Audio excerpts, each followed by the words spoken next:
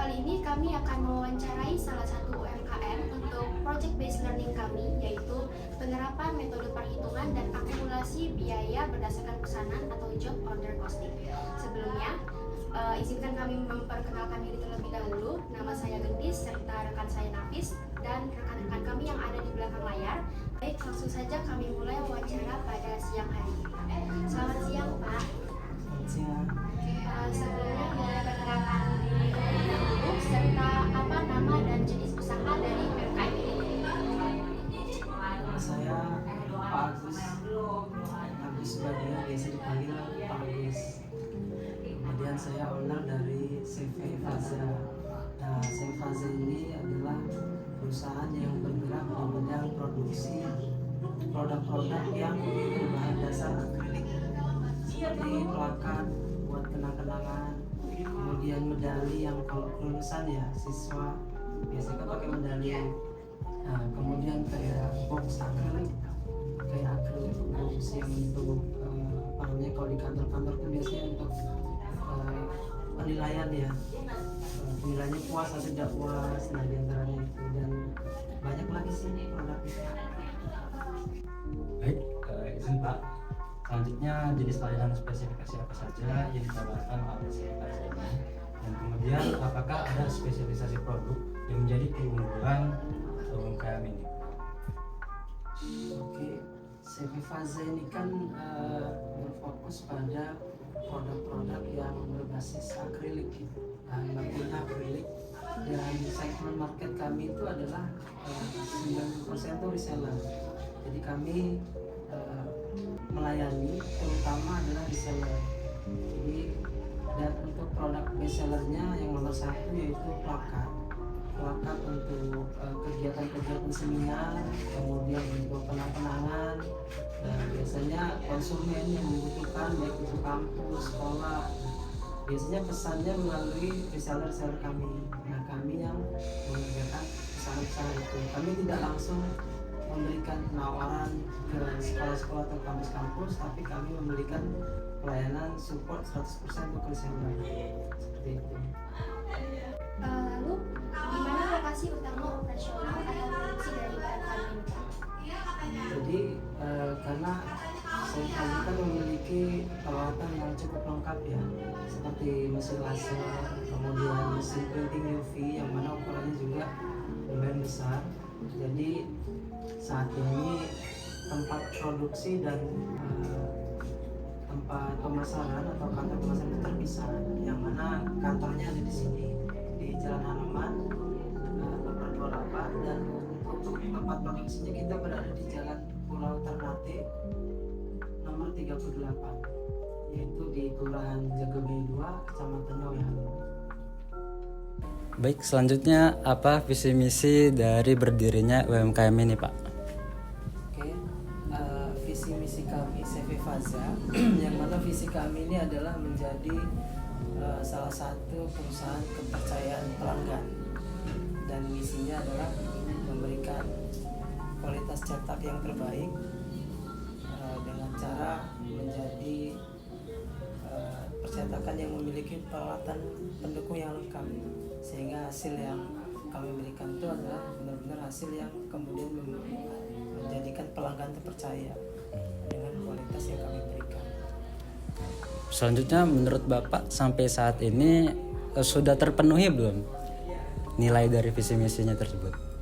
Kami masih terus berproses tentunya dalam memberikan kepuasan kepada pelanggan.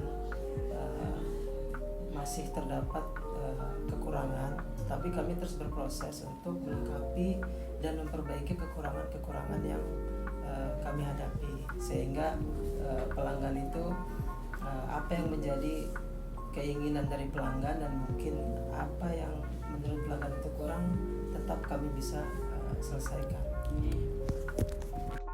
Lalu, apa kelebihan utama dari UMKM ini dibandingkan UMKM sejenis lainnya, Pak? Menurut kami, kelebihan kami diantaranya adalah kami fokus pada produk-produk yang cukup spesifik ya, seperti produk-produk yang berbahan dasar akrilik, sehingga kami memiliki mesin-mesin yang mendukung dan juga tim yang cukup berpengalaman dalam memproduksi produk-produk berbahan dasar akrilik dengan waktu yang singkat dan dalam jumlah yang banyak, sehingga reseller kami itu apabila mereka mendapatkan orderan yang menuntut kecepatan waktu dan hasil yang bagus, kami bisa memenuhi seperti itu. Baik, selanjutnya apa kekurangan atau kendala dari dalam usaha sendiri ini Pak yang saat ini paling dirasakan? Kekurangan terutama itu adalah dari segi bahan baku ya, karena kami kan produksi kan, terutama supply chain bahan baku itu kan harus selalu terjaga. Nah, karena kita berada di Provinsi Lampung dan terutama bahan baku itu tersebar luasnya banyaknya di Pulau Jawa, terutama di Jakarta dan Surabaya. Jadi kendalanya adalah kami harus menyiapkan kos yang cukup besar bagi kami untuk menyediakan bahan baku, karena kalau dalam proses produksi bahan bakunya habis tentunya kan akan menghambat gitu kan. Jadi kami harus supply cukup banyak dan itu lumayan menyedot kos perusahaan. Kendalanya itu yang pertama. Yang kedua adalah kurangnya SDM teknisi permesinan di Bandar Lampung. Rata-rata teknisi yang mumpuni di bidang kami, seperti seandainya ada permasalahan atau trouble di mesin-mesin itu dari Jakarta.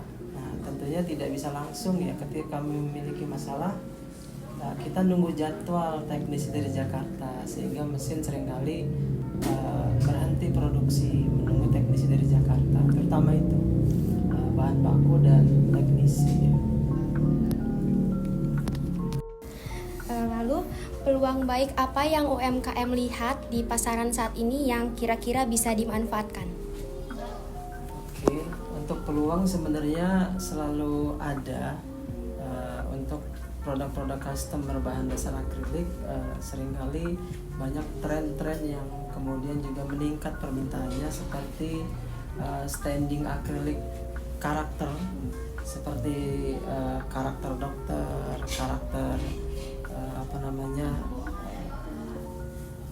teknisi pesawat itu, pilot, kemudian juga astronot. Nah, karakter-karakter itu terkadang permintaannya juga seringkali naik gitu ya. Kemudian juga memang ada permintaan yang memang tetap setiap tahun selalu ada, seperti kebutuhan medali, kebutuhan plakat. Setiap sekolah, setiap kampus itu juga memerlukan. Kemudian seperti perusahaan-perusahaan, seperti pabrik-pabrik itu juga banyak membutuhkan produk-produk akrilik, seperti untuk penanda ruangan, misalnya ruang produksi gitu, seperti itu. Baik, selanjutnya hal di luar usaha apa yang yang dikhawatirkan yang paling mengganggu usaha ini? Sebenarnya sih secara umum ekosistem kita ya di negara kita udah cukup bagus lah ya, sehingga tidak ada yang begitu mengkhawatirkan sehingga dapat mengganggu operasional usaha. Tapi tentu saja kita nggak bisa tahu kan keadaan ke depan ya.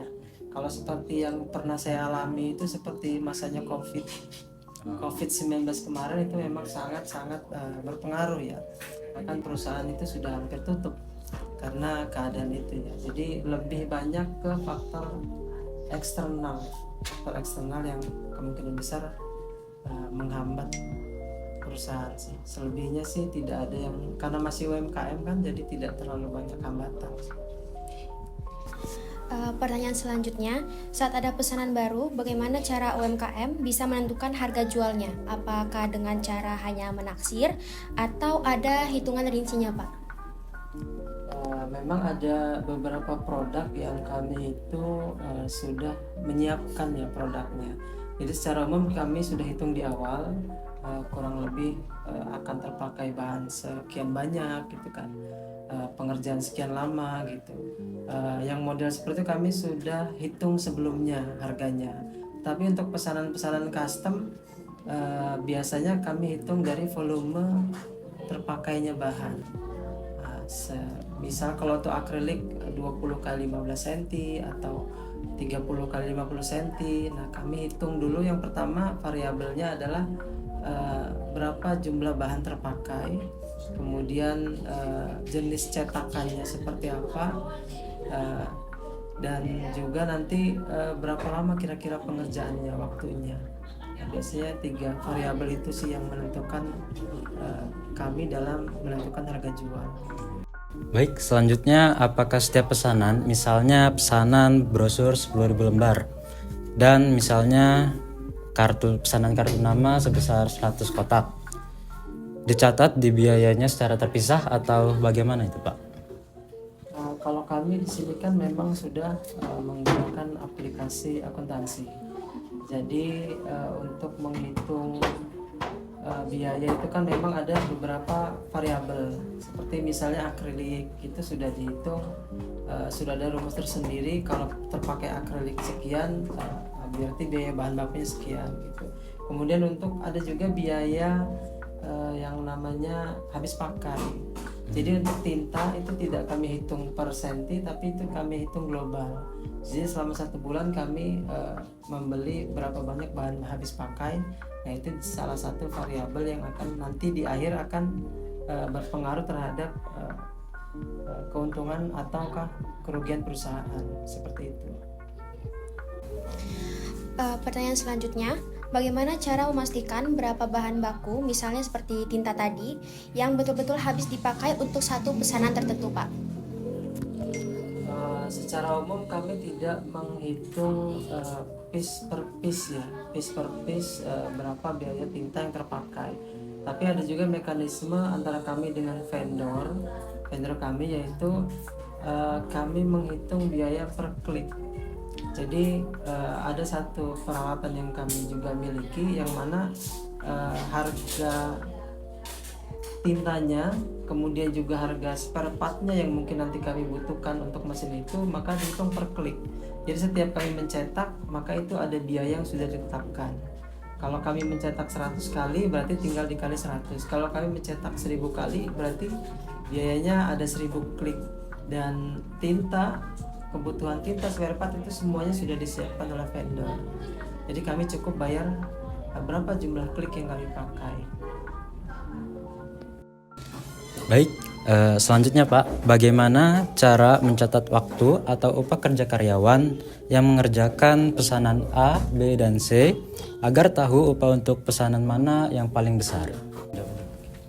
Jadi di kami itu kan ada 2 skema gaji ya, atau skema karyawan. Jadi ada karyawan tetap yang memang karyawan ini mendapatkan gaji bulanan. Jadi mereka mendapatkan haknya bulanan.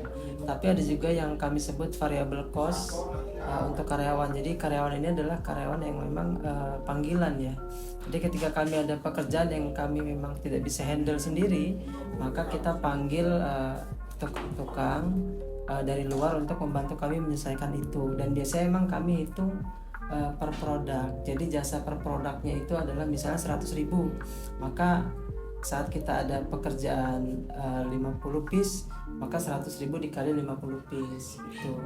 Dan yang pertama itu yang kedua ya, variable cost ya. Tetapi variable cost ini hanya kami keluarkan ketika memang kami membutuhkan tenaga kerja tambahan. Selebihnya itu karyawan tetap yang memang kita berikan gaji bulanan, yang mana nanti gaji karyawan itu adalah salah satu variabel yang dari akuntansi yang juga akan mengurangi keuntungan ya tentunya nanti ya, yang setelah dikurangi akan menghasilkan keuntungan bersih, diantaranya gaji karyawan, kemudian bahan baku, kemudian juga biaya listrik, kemudian biaya habis pakai. Itu adalah variabel-variabel yang menentukan. Pertanyaan selanjutnya, biaya apa saja yang dihitung sebagai biaya lain-lain seperti misalnya listrik mesin, air, gaji di luar karyawan tetap. Lalu bagaimana cara membagi biaya-biaya ini ke setiap pesanannya, Pak? Kalau di kami kan memang tidak ada, belum jadi produsen yang memproduksi satu barang secara massal ya, sehingga kemudian bisa dihitung untuk satu produk itu berapa HPP-nya atau harga pokok produksi yang dibutuhkan. Tapi karena kami masih banyak mengerjakan pekerjaan atau produksi custom, maka kami biaya-biaya itu kami ambil secara umum. Memang ada akun-akun tersendiri seperti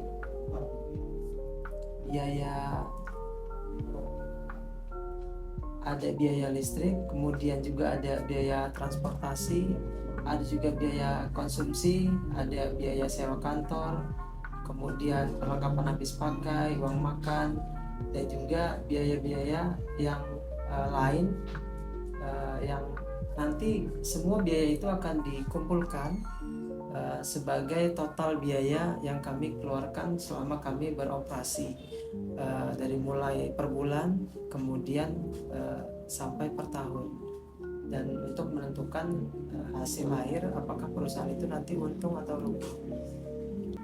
Baik, selanjutnya apa manfaat yang paling terasa dari cara UMKM menghitung biaya-biaya yang telah Bapak sebutkan? Biasanya UMKM itu kan mengalami barang habis, duit habis ya. Kadang-kadang karena itu terjadi karena ketidakbaikan atau ketidakrapian dalam hal pencatatan uang masuk dan juga uang keluar. Nah, yang paling terasa adalah kami jadi benar-benar mengetahui kondisi real atau nyata perusahaan. Apakah perusahaan itu sedang untung atau sedang rugi, sehingga kedepannya kami dapat mengambil langkah-langkah untuk memperbaiki kondisi perusahaan kalau sedang rugi, atau juga meningkatkan meningkatkan keuntungan yang didapat dan juga mengalokasikan keuntungan itu untuk pos-pos yang memberikan benefit lebih. Oke, pertanyaan terakhir ya Pak, apa masalah yang paling sulit atau paling sering terjadi saat UMKM mencoba menghitung untung atau rugi di tiap pesanan ya Pak? Tadi ya. Paling sulit.